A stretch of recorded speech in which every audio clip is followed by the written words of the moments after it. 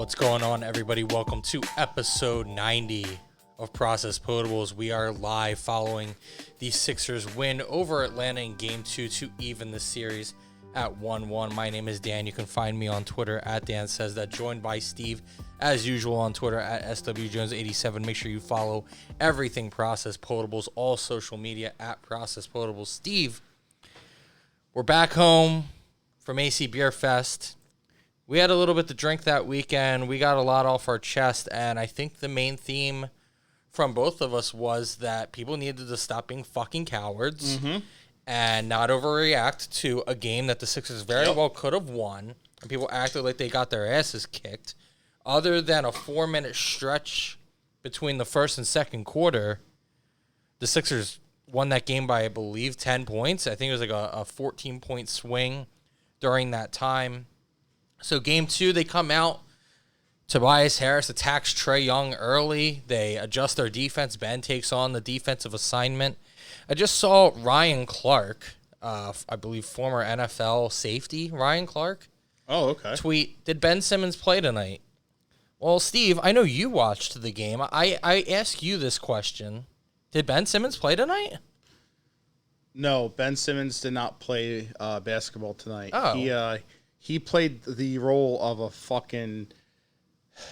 jailhouse motherfucking officer, man. He ran the penitentiary. Yeah, he just put that shit on lockdown. And I'm going to be honest, I was before the game, I was very back and forth. I'm like, okay, should we really have Ben one-on-one on Trae Young? Because that's the prevailing theory, but it's, I could see a lot of issues with that, but yeah, he fucking locked them down, son. Yeah, I don't know how you watch that game and don't think that Ben Simmons played. Yeah, he didn't score a whole ton of points. I'm sorry. Is this new? Yeah. Is this new to anybody that that's not what he does? Why do you need him to score points when you have the guy who should have won MVP, not the guy who did win MVP, the guy who should have won MVP, dropped 40 fucking points. The first Sixer to do it since Allen Iverson. Yeah. And Trae Young put up, I think, 21, like a pedestrian 21. Yeah, 21 because he literally just needed to lead the team so that no one could say that Kevin Huerter outscored him. Yeah, and sure, Trae Young can hit it from the logo and just get some ridiculous shots and even calls at that. But, I mean, that dude cannot play a lick of fucking defense. No, not He can't. He can't stop Ben, on that end either. I mean, no one can't really stop can. anybody. And honestly, I mean, even if he was a good defender, for his size is the story in all of this. And it's something we talked about going into the series was the Sixers' size was going to matter. And unfortunately, when they came out in the first quarter of Game 1, they weren't using their size to their advantage. Second quarter, they started to realize that's what they had to do. Second half, we saw them do it a ton. Tonight, they went back to it over and over again, using their size to their advantage, bullying a much smaller Atlanta team, a team that can't go as deep. Again, you saw that their bench honestly played pretty well tonight, but it was still mainly Kevin Huerter, it was Danilo Gallinari, and a little bit of Lou Williams. I mean, that's really it. So again, we've mentioned before that they really only go 7 deep, and great, those two guys played really well, but it's not enough against a Sixers team that pulled Shake Milton out their ass tonight. Yeah. And, he torches them for 14 of the fastest points I've ever seen. Shake Milton, who we've never said anything bad or judgmental. No. Never happened. No, that's a lie. We slandered him, and now he responded. Because bullying works. Bullying works. So, no, we're not going to say that we didn't say anything. We absolutely did say something. It's what I like to call tough love. Exactly. Some people just need that. When you love somebody, sometimes you have to tell them that they fucking suck. Yeah. And tell them to figure it out. You know what doesn't fucking suck, Steve? This beer that we're drinking. God. Kelly Green Brewing put this out for their 5-year anniversary. I happened to grab 2 4-packs as well as go and drink it myself. Double Blue Razz Marshmallow Gelato, which, dude, it sounds like a lot, but it's really not. Steve, talk to me about drinking this beer. Well, again, I guess in a way it could be kind of misleading because if you really like gelato and marshmallows like I do, I mean, I don't quite taste that, but it's still magical. It's it's called the Blue Razz. It's almost like like the blue Gatorade. Like it's not a flavor. Like it's just like the flavor's blue. Like this beer, the flavor's blue and it's good. Like The Office, you got all the Powerades. What flavor is it? Blue. Blue's not a flavor. Oh, Blue Mountain Blast. Oh, Blue Mountain Blast. Put that in the cup holder. Yeah, it's just blue and it's good. Like Yeah. So the way I describe this is, it kind of tastes to me like melted blue raspberry water ice. That's a good, And then you get a little bit of the lactose just to smooth it out. So even though it's a sour, it doesn't have a lot of bite at the end. It clears from the palate. For a beer with this much flavor and this many things going on, like the flavor is great, but then like it doesn't leave a taste in your mouth. Like it immediately dissipates, and you're on to whatever you're doing next. Yeah, and you're much bigger on the lactose than I generally am. But I mean, for a beer like this, it does it really well. Yeah. I definitely agree. So Kelly Green, who we've talked about a lot on here, Pittman, New Jersey, an incredible brewery. We've done an episode there before. Would love to get back there soon. Love those guys, and again, happy 5th anniversary to them. Fantastic beers. So I don't know if there's any left. I know they had it at AC Beer Fest, so they must have, at least on tap, you might be able to go get it. I'm not so sure about cans. They probably went pretty quick. But I don't know about you, but there is part of me that almost felt guilty. Like at least half the beers we drank were things we had before. It's like, oh, this is like the opportunity to try a bunch of new stuff, but it's like... You're talking about at AC Beer Fest? Yeah, but like, when you got hits like this or like a Bourbon County, like listen, you're not gonna not. It's our brand. Yeah. You know, something we do on here is we drink beer. So by design, we've had a lot of them, but this one definitely stood out to me. Wanted to make sure that we talked about, because I'm not sure if I had actually featured it on an episode yet. I don't know, but we're definitely now. We're celebrating tonight, celebrating the series, getting back to 1-1. It's always been Sixers and 6. Could be 6s and 5. I don't know. Ooh, I think they answered a lot of questions tonight, and again, I think that as frustrating as Game 1 was, like, get that out of your system. You know, let them hit all their shots. Let you remember. Let you have to realize that you have to be physically dominant, that you have to bully them. And you went through all that. It's unfortunate you cough up Game 1, but look, Embiid has now dropped 39 and 40 in his last 2 after being diagnosed with a minor meniscus tear. Mm-hmm. So, listen, I'm sure it hurts. I'm sure there's going to be a point where we have to talk about it a little bit more. But right now, best case scenario, guy's playing amazing. Yeah. My favorite part was early in the game, he got switched on the Trae. And he followed Trae all the way out to the arc, and same thing Ben was doing, put him in jail. And it's like, this guy's a torn meniscus. Yeah. He's 7 feet tall with a torn meniscus, and he's putting Trae Young in jail on the perimeter. It's unheard of.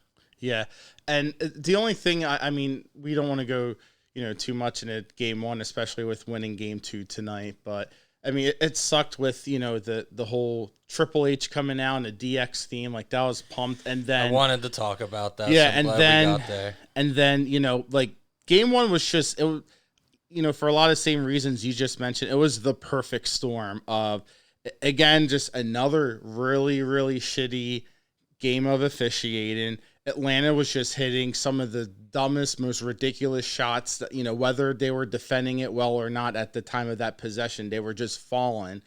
And we just looked like a team that had been off for almost an entire week. Like, I mean, at least Embiid was, but I mean, they're probably definitely what was encouraging though is why I don't want to harp too much on Game 1 is with how they finished. And again, that's a similarity that carried into tonight's game where we finished strong yet again, especially our bench, because we got nothing, really from our bench last game. And I'm just starting to see, I don't know about you, this theme of, the Hawks that are come out shooting or hot or they're just running and gunning. And then it just seems like they run out of gas once the third quarter starts. And it's when you look at the Hawks game, I mean, honestly, this was a story, not even... A lot of people talked about how well they shot in Game 1, which they definitely did. But they still shot almost 37% from 3 tonight. They still shot just shy of 46% from the field. I mean, their shots went in, 15 of 18 from the line. The difference tonight, 17 turnovers by them. And when you look at the Sixers, Danny Green, 2 steals. Joel Embiid, 2 steals. Ben Simmons, 2 steals. George Hill, 2 steals. Like, the defensive intensity is really what it was. And it's not even necessarily so much of contesting the shots, because again, like, I think that even if Atlanta shoots, 37% from three for the series, the rest of the series, I think you're okay. Yeah. The thing is you've got to force turnovers, and they did a good job talking about it on the TNT broadcast for all the things that I didn't think that they did well, like not being able to identify a trust the process chant at this point. How many fucking years has it been? You talk about how long the process was. You don't understand the one chant we've been doing for the entire time of it. But I digress. What the hell were we talking about? Oh, defensive intensity. Yeah. Yeah, that stuff. Yeah. So, as long as you're forcing the turnovers, because we saw what happened with the Sixers in the first quarter of the first game, was they were the one committing the turnover. I think they had like 9 turnovers in the first quarter or something. So they protected the ball. In this one, the Sixers only had 7 turnovers. That's encouraging. So you control the ball. You take the ball away from them. I remember what I was talking about. TNT talked about making the other guys on Atlanta be playmakers and not finishers. That's how they described it. So you've basically forced Trae Young out of a facilitator role, out of a playmaker role. You don't let him drive and kick. You don't let him throw lobs. And you force a guy like Bogdanovich to be a playmaker, to be a guy that has to find somebody else. You saw them have a lot of miscues on passes. Those guys having to be the ones making the passes rather than Trae Young, because Trae Young was magical in game 1. All credit to him. Yeah. There was that one play he drove baseline and he had this crazy like wraparound pass, no look from under the net all the way out to the top of the arc. And I think Jackson Frank probably shared it and pointed it out. So credit to him. But it was an unreal pass, and that's just what he was doing the whole time in game 1 because of the fact that you didn't have the defensive assignment set up properly, because of the fact that Doc Rivers put Danny Green on him for a lot of the game, which obviously everybody was pissed off about. I want to talk to you about Doc Rivers a little bit more, because not only did they make the adjustment, which I feel like, I guess my first question to you would be, do you think that Doc would have made the change and put Ben Simmons on Trae Young, even without Ben basically going to the media and saying he wanted it? Because I kind of feel like he forced Doc's hand, and I don't think people talked about it enough that I want to give, like, Doc made the decision, and maybe he would have done it anyway, but I give Ben Simmons a lot of credit for putting the pressure on Doc by going out and saying, I want to guard him, I'm willing to do it. Because, again, this goes back to the Washington series. This goes back to earlier in the season when Bradley Beal torched him and everybody was complaining that Ben Simmons didn't guard him, and it's like, dude, it's not necessarily his choice, which like is definitely a reality. But at the same time, if you're going to talk about yourself the way Ben Simmons has all year, if you're going to put yourself in the defensive player of the year conversation like Ben Simmons has, both via him talking and via his play, you do have to kind of put yourself in these situations yourself sometimes. Sometimes you have to call your own number. And if you're not going to do it on the offensive end, you have to do it on the defensive end. I sort of think what happened was Doc probably floated the idea in his mind, and then, Ben came out and said, he's like, oh, okay, I'll do it. Okay, we'll see. Maybe, but probably. I don't know yet. And then he probably watched the tape of Danny Green defending Trae Young one-on-one, and he's like, yeah, we got to get Ben Simmons on him. So I think it's definitely a combination of things, and you love hearing that from Ben Simmons. It's interesting, Dan, too, about how a lot of people say how Ben Simmons is a coward because he doesn't shoot, but he's, begging his coach to let him lock down the team's best player. And he's done that, tonight as well as the last series. So, I mean, that's the opposite of the coward. The only difference between tonight's game and game 1 was that game 1, we were chasing the robbers. Tonight, we locked them in jail. That's right. Yeah, so another change that Doc Rivers made that I want to ask you about, Steve, is we saw Tobias Harris was so hot to start this game. He was carrying the Sixers. They got out to it was 18-4 in the first quarter. They were dominating them. And then there was a little bit of a discourse happening on Sixers Twitter specifically because Tobias was the first sub out. So all the starters remain. I believe it was Matisse that came in for Tobias Harris. And so obviously the reason for this was that you wanted Tobias to come back in with the bench unit because we talked at the top of the episode about how that all bench unit in game 1 from about the 2-minute mark in the first quarter to the 10-minute mark or so in the second quarter basically cost you the game. So Doc clearly makes the adjustment early, but you do take out the guy that's really carrying the team at that point. And I don't necessarily think that there's a correlation between that and Atlanta getting back in the game. I mean, it was always going to happen. You know, basketball is a game of runs all the time. You're not just going to stay up 20 the whole game. Oh, yeah. But, you know, what are your thoughts on that? Do you think that that's still something he's going to have to tinker with, or do you think that that was the answer? Is, you know, regardless of how Tobias plays, whether he continues to come out that aggressive or not, either way, do you think going forward he's going to be a guy that actually gets subbed out pretty early so that he can come back over the bench, or do you think they're going to have to try different things? I think that's what they're going to have to do because, I mean, once we hired Doc Rivers, the prevailing thought has been, oh, we got the guy who got the best out of Tobias Harris. So if there's one player on a team whose, strategy or decisions I don't question Doc's judgment on, it's Tobias Harris.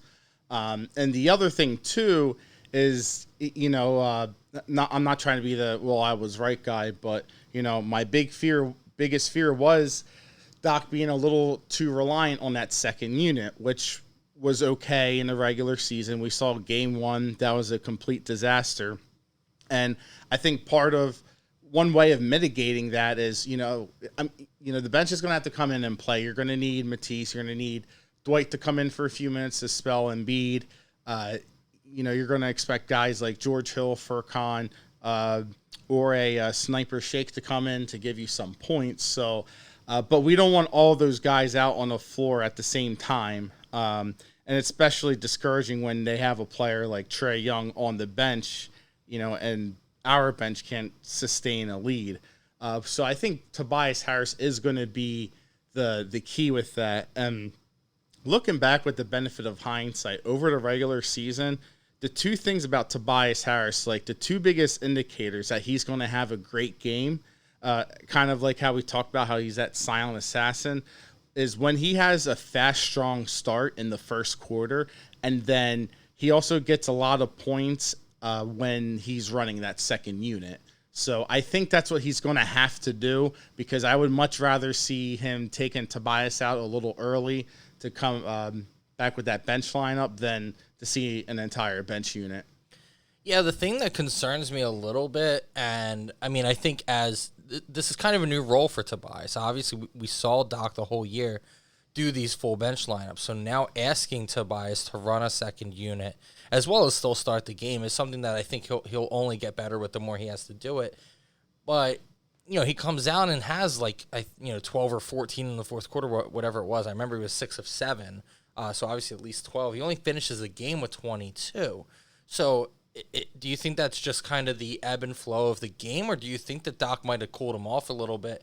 And while maybe that was your strategy going into it, do you have to see how hot he is and ride it out a little more? I think that's the only interesting caveat to this conversation in my mind. Yeah, no, that's a good point. Sometimes it's just that's when he gets hot, is at the very beginning of the game, but also when you talk about ebb and flow, it also seems like a lot of times when not that he's missing shots or taking bad shots or whatever, when he just has a drop of, production offensively, that's where it seems like Embiid picks up, the rest of the offense right there. So, I mean, hey, and the big man putting up 40 points today, just that kind of helps when a player like Tobias Harris kind of trends down offensively throughout the game. So one of the biggest things that people talked about going into the series and also in game 1 especially was, we know Embiid now has several seasons of being, him and James Harden are, 1A and 1B as far as getting to the line, drawing fouls and everything. Trae Young has really become that kind of guy too. Now, he still went to the line 9 times in this game, but the Hawks as a team only have 18 free throws. Embiid alone tonight, 16 free throw attempts. There was a lot of talk, especially we go back to Ben Simmons saying he's going to draw the assignment of Trae Young. And he even put it out there into the universe about, are the refs going to let me use my size? Are they going to let me be physical? We've seen every time that Matisse Thybulle is on Trae Young, he's getting called for complete bullshit fouls. Yeah. Do you think that this game, as far as, the calls, trying to be as unbiased as possible, do you think they mostly got it right? Trae still got to the line 9 times, But obviously, 18 for the Hawks versus 22 for the Sixers, pretty even. But, going to Atlanta now, are you worried that, game 3 could be, going back to Trae getting a lot more calls? Do you think Embiid still gets the same whistle that he got in Philadelphia and Atlanta? Like, do you think the refs are going to unfortunately have a lot to say about this series when we go to game 3 in Atlanta? Dude, that's really hard to say because I know earlier today a lot of people were panicking when they found out that Scott Foster and Tony Brothers and Tony Brothers and as much as we dreaded it, I can see the NBA will in a way admitting, oh, that game 1 was so horribly officiated, so we're going to send in 2 of who they think are, among the best refs in the NBA. It's almost like an overcorrection. I think that's what the league tried to do here, but it was still a horribly called game. And dude, I just don't know what to make of refs anymore. We talked about in the last episode or two about how we've always heard growing up, you're not going to get those calls in the playoffs, and then what happens? Like, they just call the most ticky-tacky calls. It's not an even game.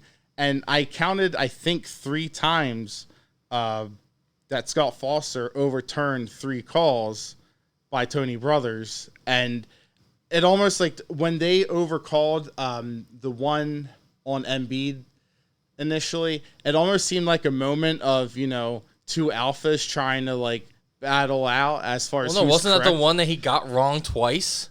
Yeah, I think so. Yeah, so I don't know what to make of it. And I mean, I know part of this is because I'm a homer, and I haven't watched too many Atlantic Hawk games, and Trae Young's always been a fun guy to watch.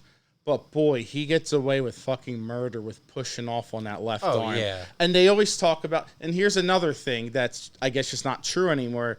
They talk about, you have to, earn certain calls or fouls in the playoffs. And Trae Young, this is his first time in the playoffs, and he's already getting away with this bogus shit. Like, dude, it's a complete toss-up. Like, I mean, you would think that, the calls go a little in their favor going down in Atlanta, but dude, who really knows? It's such a clusterfuck anymore, man. In the wise words of one of our friends, it is a crapshoot. It is a crapshoot. You're right about Trae Young, and the most frustrating thing is because I think a lot of Sixers fans have felt this way. Like, we don't want to have to root against this guy. I don't think anybody really had bad blood for him. Yeah. But all the networks, everybody's talking about how, especially with that series with the Knicks, like, he really became a heel. Like, he likes to play the heel role. But you really, like, especially Sixers fans have to know, you got to watch this guy and see a lot of Allen Iverson. And while you talk about guys having to earn calls, unfortunately, as the league has gotten bigger, I think that's one of the reasons you've had to earn calls because guys are more physical. Trae Young is small. So I think he's getting whistles because of the fact that he's willing to go in, as Mark Zumoff would say, like, amongst the trees. Yeah. When he's attacking a basket, absolutely. But Iverson could not hit threes like that. Well, but I know what you're saying. Iverson was a different player, obviously, with his mid-range and his aggressive driving and everything. And Iverson was a bit of a heel, too. Absolutely. So that's what I mean. So there's a lot of similarities there that you have to appreciate. As we look deeper into the first 2 games here, again, we're talking post-game. Sixers win 118-102 to even the series at 1-1 here on Process Potables. Steve, when we look at Shake Milton, we talked about at the top of the episode a little bit already about his performance. 14 points off the bench, 5 of 8 from the field, 4 of 5 from 3. Tyrese Maxey in this game only plays 5 minutes, 0 points. We had basically kind of decided at this point that Maxey had stolen Shake Milton's role. Yeah. Shake Milton comes out and has a game like this. He didn't even play in the first half.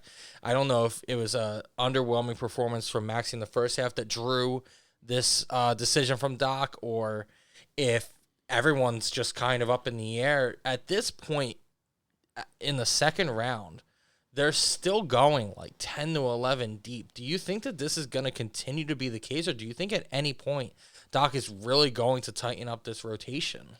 I think that's going to be the case, man, because I don't really see any signs of him shrinking, down the guys that come and play on the court. And I mean, sure, come, conference finals, NBA finals, maybe he shortens the lineup a little bit. But I mean, I don't know if this is the case, but let me backtrack. I did see on Twitter how Doc came out and said that he had a talk with Shake, and Shake was staying longer. He was playing like one-on-one until past 10 o'clock at night last night. So I guess Doc's had some sort of pep talk with him. And, listen, we were both, we've been both disappointed with Shake's performance so far in this playoffs, but a lot of people want to slander Shake because they think he's this really, awful player. And we know that's not the case. Like he's got the body. Yeah, we he's got a lot slandered him, but we don't think he's terrible. Right. And I think that's where we draw the line. Like we know that, man, if he just gets his head screwed on, just right, like that guy can be a difference maker. And I think Sixers fans constantly forget that regardless of how he performs in this postseason, like he is a long-term piece for this team. Yeah, he's going to be here no matter what. His contract's too valuable. He's a big body. He's got the wingspan that they like in their guards.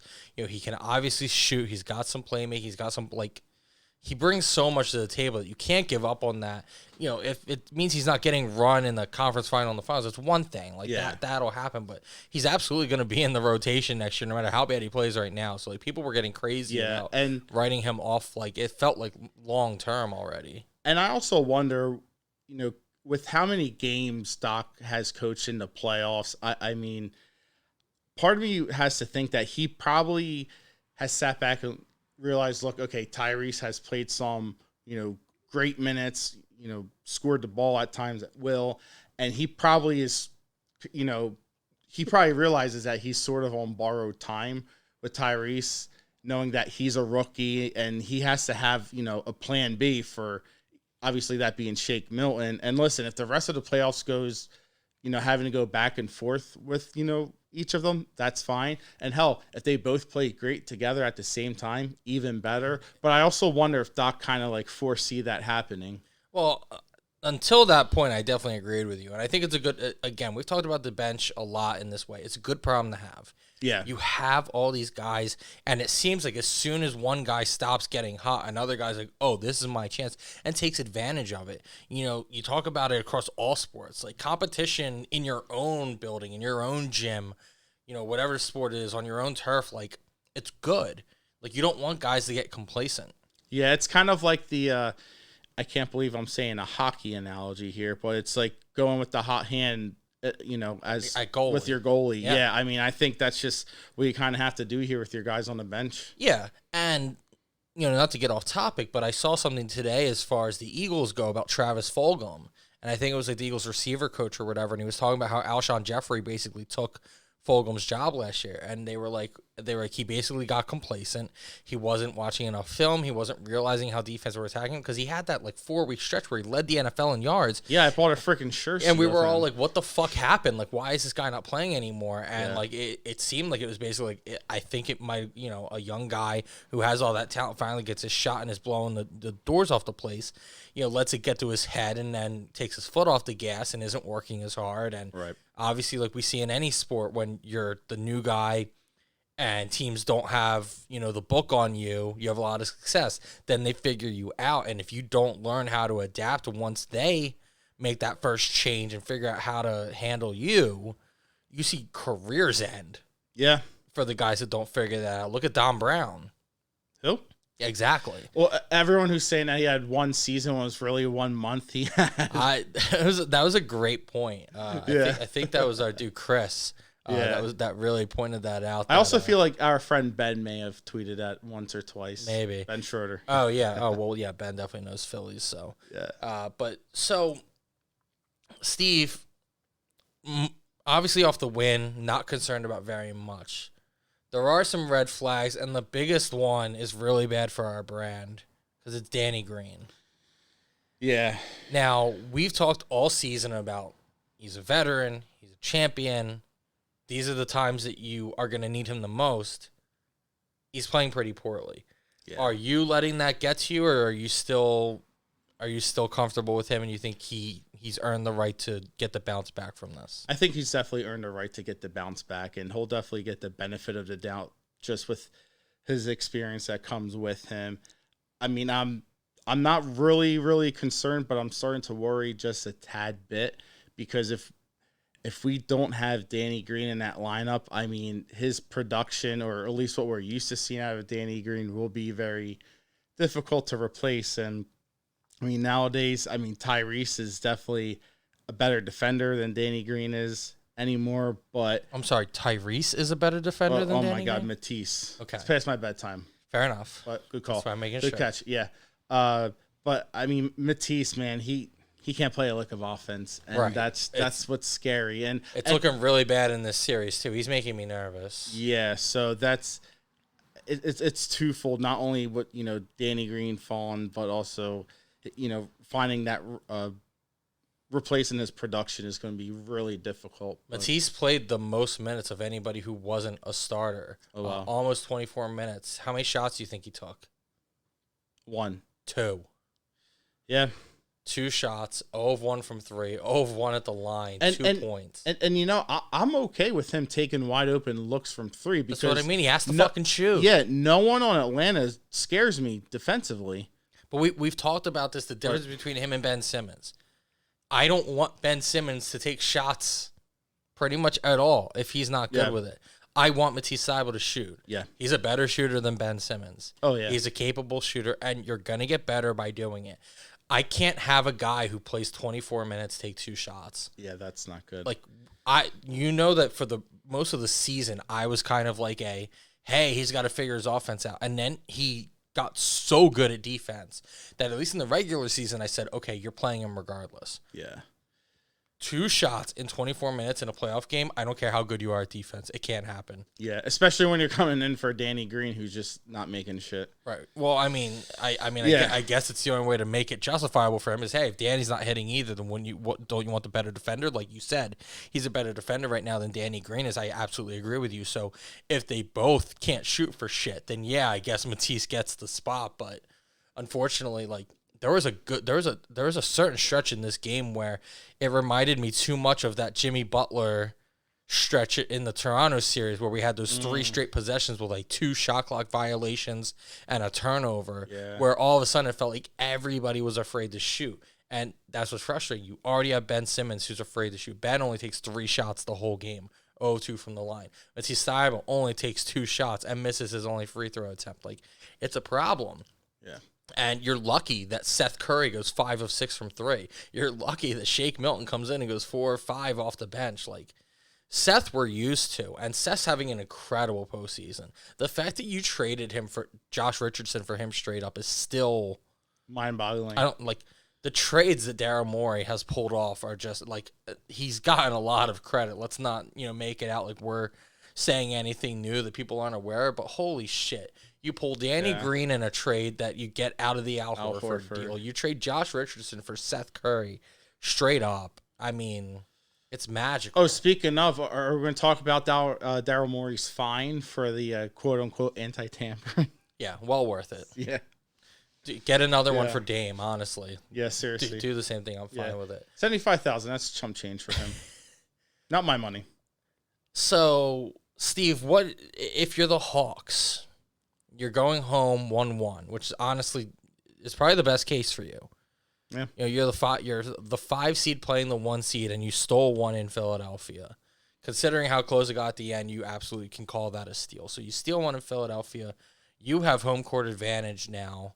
If you're Atlanta, what changes do you think they can make to what Philadelphia did tonight that they could take advantage of at home, or do you think that what the Sixers did tonight is just, if they keep that up, there's not really a punch back from Atlanta that could necessarily, get them the series? Honestly, I can't really think of a quote-unquote punch back where they can kind of match how the Sixers played tonight. I think the biggest thing so far is that, one of the biggest differences between Game 1 and Game 2 was that Atlanta's game is the pick and roll, and we could not defend that shit at all Game 1. Tonight was a different story. Now, I'm curious if maybe they try different matchups, different players, picking or rolling for others.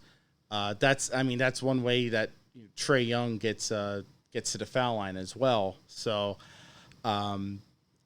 And the other thing, I just, it's hard to fathom because, like we've said, they're only really going 7 deep, and I don't expect anyone else beyond, Gallinari or Herter coming in and providing any kind of significant production, man. Like, I mean, when you're down to an aging Lou Williams and Tony Snell, who only lasted 5 seconds into the game. Yeah. I mean, I don't know. And, I mean, Clint Capella is a nice player, but he's, a lot of those rim running guys are very limited.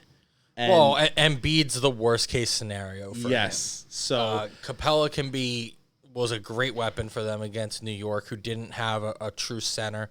Obviously, Mitchell Robinson has been injured for basically the entire second half of the season, so he wasn't available. Everybody talked about Nerlens Noel, and I'm sorry, like I still don't get the Nerlens Noel thing. Like he's a player. Yeah, he's a nice bench center, but like people were still talking about offering him like real money. About how, like, I don't think that guy can start in the NBA. I'm sorry, I just don't see it. No, maybe I'm wrong. I think it's because of that 5-year, $70 million deal he rejected from the Mavericks. People think there's still that value there. But sure, I don't know. He fucked up not taking that, if you ask me. Yeah, man. But yeah, I mean, Capella can only do what he does, and honestly, my favorite thing was that he finally got the pick and roll going with Trae Young. Trae Young threw a lob up to him, and the next play down the court, Embiid drew him his second foul. So go sit down, dude. I don't feel like dealing with this tonight. He fucking as long as Embiid can manage his meniscus, I think this series is over. My biggest fear that I hate that I'm even saying it, but it's just a reality. My biggest fear is that, the plane to Atlanta doesn't do well for his knee, and he like sits game 3 to like try to get right for the rest of the series, and then you inevitably cough it up and start playing from behind, which I still think that's the only reason I think it could go 6. I mean, if Embiid plays the next 3, I think it's over. Yeah. No, I definitely agree. I really do. I think the only reason it goes 6 is Embiid takes a game off because he says, listen, like, you give me 1 and I can win us the next 3. But if you don't, then, like, I could be limited out there. But again, when you look at his performance tonight, it's pretty fucking hard to imagine that he can't, that, like, even if his knee's more sore in the next game, what does that mean? He drops 30 and 10 instead of 40 and 12? Like, oh, no. Yeah, I'm just hoping that he's on a nice chartered airplane with lots of room, and they're not giving him the Andre the Giant treatment where he has to sit and coach with like a bunch of strangers. No. You know what? But you know what I have to say? I didn't plan on talking about this, but I'm gonna fucking say it. Okay, say it. If fucking Meek Mill, Jay-Z, and Michael Rubin could buy Robert Kraft a fucking custom Bentley so that he can fucking get buried in it in a couple months when he drops dead, then put Joel Embiid on a goddamn private jet to Atlanta by himself with 3 fucking, like, I don't know, physical therapists to just, like, work that fucking knee the whole way. Get somebody to rub it. Tub. Get somebody to ice it. Get somebody to heat it. Like, do whatever you have to do. Like,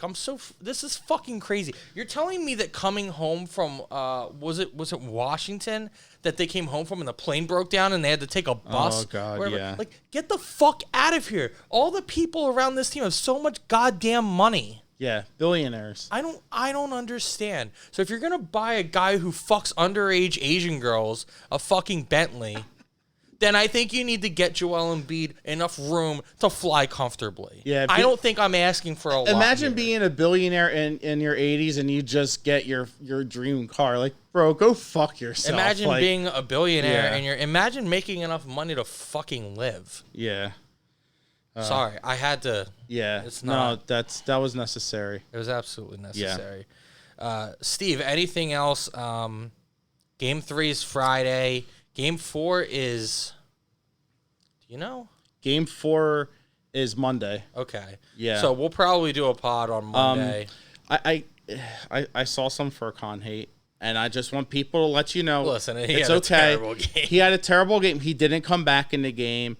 And if you think that's bad, watch one season of Matt Harpering on the Sixers, and you'll feel good. Oh yeah, talk about a name drop, right? So the one thing I'll say, again, bad game. Very bad game. He got put out there at a point where he was out there when nobody wanted to shoot, and he had to chuck. And honestly, that's the one thing you have to give him is that if he's on the floor, you're not going to have a fucking shot clock violation. He missed poorly. They were bad shots, but that's what it is. And it goes back to our point about Shake, about Tyrese. You can include Furkan in this group.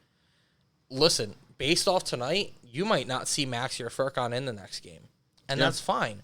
But Danny Green has another clunker. You're going to see things change. If Shake Milton gets the first shot off the bench and doesn't start delivering in the next game, you're going to see Tyrese Maxey in the second half. If Matisse keeps going out there and not shooting, you could see more Furkan Korkmaz. Again, I think it's a good problem to have. I don't think it's a bad thing. I think that Doc is going to continue to ride the hot hand, and he's going to continue to let people know, if you don't perform, you're going to sit. Yeah. And just because you play in the first half doesn't mean you'll play in the second half. And just because you didn't play in the first half doesn't mean I won't call your number in the second half. Yeah, that's right. Yeah, everyone's got to be ready, and everyone's got to earn their keep. And I'm fine with that. I think that's the way you're supposed to do it, man. Yeah. There's no loyalty.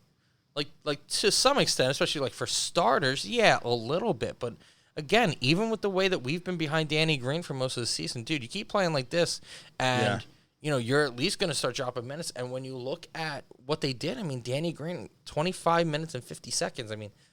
That's pretty low. Yeah. Especially in the playoffs. Listen, it's business, not personal at this time of the year. Correct. See, my last question for you before we go, because this was something people were talking about on Twitter as well, so I just want to get your take. This game was pretty close for the most part. Atlanta came back, so it wasn't a game where the fourth quarter. They were up a lot at the beginning of the fourth, and you thought the Stars maybe wouldn't come back, and then Atlanta was just kind of hanging that 15-point range. So Doc brought them in just to make sure, which I'm fine with. But still, at the same time, when you look at the minutes for the big three, especially Harris, Embiid, and Simmons, they're really still at their regular season numbers. Tobias played just under 37, Embiid played just under 35, and Ben played just under 35. And you could argue that they didn't even need to do that. That Doc ran them pretty deep into the fourth. They were still out there at about the 3-minute mark when they were, again, back up closer to 20. The game was over.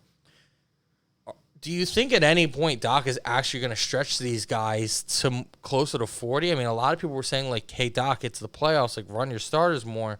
But, again, they just beat the Hawks by 16 and still didn't have to play anybody except Tobias Harris more than 35 minutes.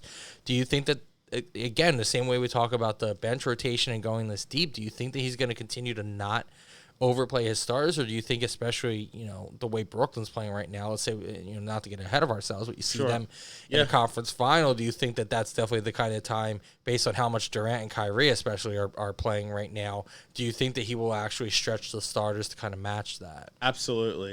Okay. Yeah, when you compare Washington to Atlanta, and then you compare Atlanta to Brooklyn or Milwaukee, the drop off just is of course. Yeah, so I think when it comes to Eastern Conference Finals, especially since the core guys who have been on this team haven't been that far, that's when you're going to see that change. And I expect to see that from Doc. If not, I'm going to be a little concerned. No, yeah, absolutely. I think that's fair, and I think I agree with you. I think that when push comes to shove, he will play them more, and I think especially with Embiid, obviously you're trying to be as cautious as you can, but I think that Tobias and Ben, I've been saying for months now, those guys can play 40 no problem. So I don't think it's a matter of they can't. I think it's a matter of he still doesn't feel like they necessarily have to, and maybe he wants to make sure that once they're asked to do so, that they haven't already been run into the ground.